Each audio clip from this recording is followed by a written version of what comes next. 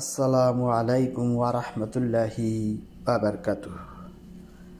সাল্লাল্লাহু আলা নবিয়িল উম্মি ওয়া আলিহি ওয়া সাল্লাল্লাহু আলাইহি ওয়া সাল্লামা সাল্লাতু ওয়া সালামান আলাইকা ইয়া রাসূলুল্লাহ। সম্মানিত ইমানদার মুমিন মুসলমান ভাই ও বোনেরা, তদবির দুনিয়া চ্যানেলে আপনাদেরকে স্বাগত জানাচ্ছি। আমি মোহাম্মদ রজব আলী।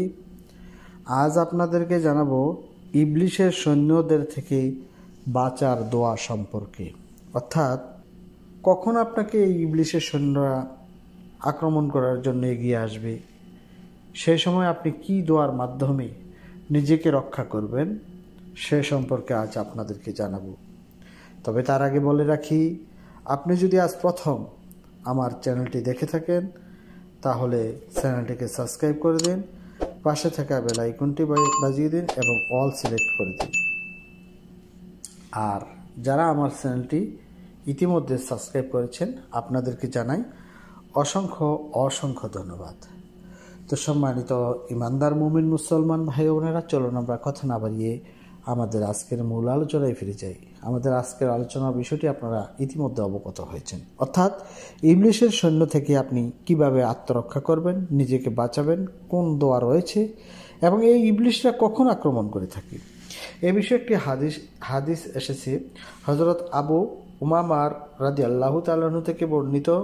হযরত রাসূলুল্লাহ সাল্লাল্লাহু আলাইহি ওয়াসাল্লাম বলেছেন, তোমাদের মধ্যে কোনো ব্যক্তি মসজিদ থেকে যখন বের হতে চায় বা মসজিদ থেকে বের হয়ে যায়, তখন ইবলিশের সৈন্যরা একে অপরকে ডাকাডাকি করে।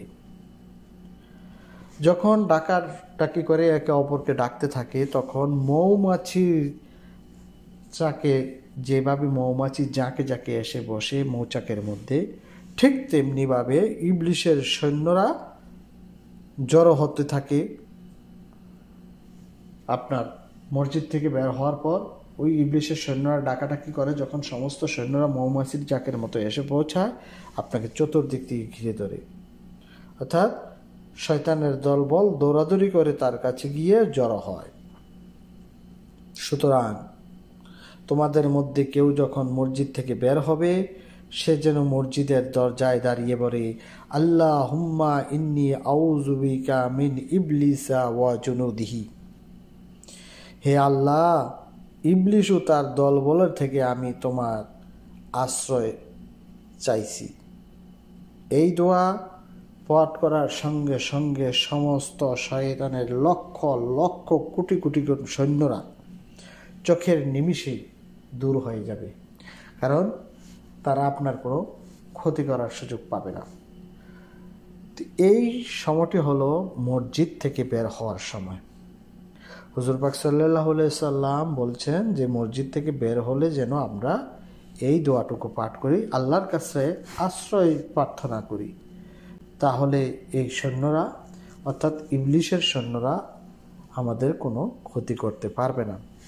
এই হাদিসটি আরও বেশ কয়েকটি কিতাবের মধ্যে এসেছে। আমালুল ইয়াউমি ওয়াল ইল্লাল্লাহ ইবনুস সুন্নির হাদিস নম্বর 155, আতফাতাহুস সাদা 9 নম্বর ভলিউমের 599 নম্বর হাদিস, জামাউল জামাওয়ামিউ হাদিস নম্বর 61/7, কানজুল উম্মাল হাদিস নম্বর 20786। বেশ কয়েকটি গ্রন্থের মধ্যেই এই হাদিসটি এসেছে।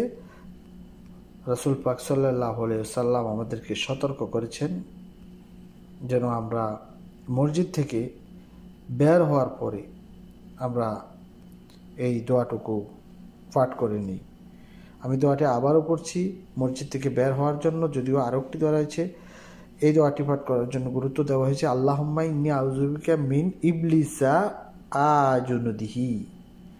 হে আল্লাহ, আমি ইবলিশ ও তার দলবল থেকে আমি তোমার আশ্রয় চাইছি।